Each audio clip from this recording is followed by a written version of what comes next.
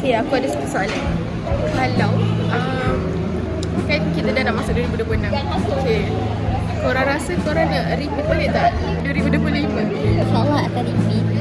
Saya rasa best lah sebab kita dah selima kan. Kita dah ada minggu kita nak tanya. Tak.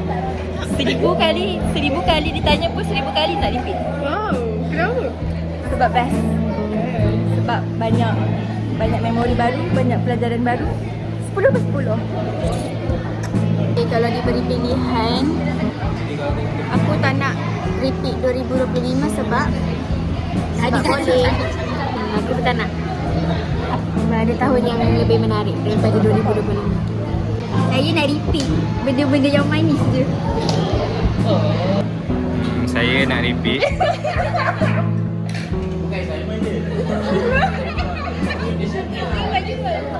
Sebab saya rasa saya nak banyak jalan-jalan.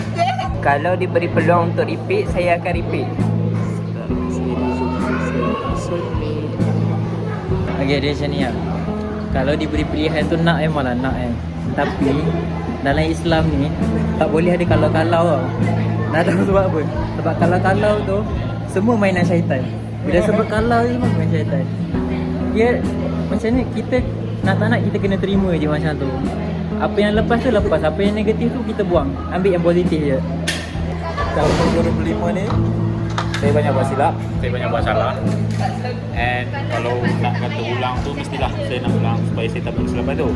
Tapi kesilapan dan kesalahan dia dah bagi banyak pengajaran kat saya. So win-win situation lah. Mungkin ada sikit kita repeat, sikit tu kita tinggalkan di belakang. Tak perlu diulang. Nak. Oh, nak. Sebab saya rasa macam adrenalin saya banyak yang masuk. So saya suka marah-marah. Tapi tak ada sebab. Makin banyak ujian makin suka. Nak. Okay. Nak repeat tak? Tak lah, aku ada mengenang. Follow the flow. Best. Kenapa best? Orang-orang main. Dia tak teruk. Tapi dia pun tak adalah macam best sangat ke. Tapi okey lah. Dia best. Pergi sungai, pergi bandung, pergi makan. Dia best lah. Dia best bila ramai-ramai. Betul lah yang nak di-repeat. Sebab kita dah nak habis dah. Tak ada dah. Ni je lah waktunya. Doakan kami guys. Doakan yang baik-baik sentiasa mengiringi kami sepanjang hidup. Doakan kami dapat kerja yang bagus. Amin. Gaji yang banyak. Amin.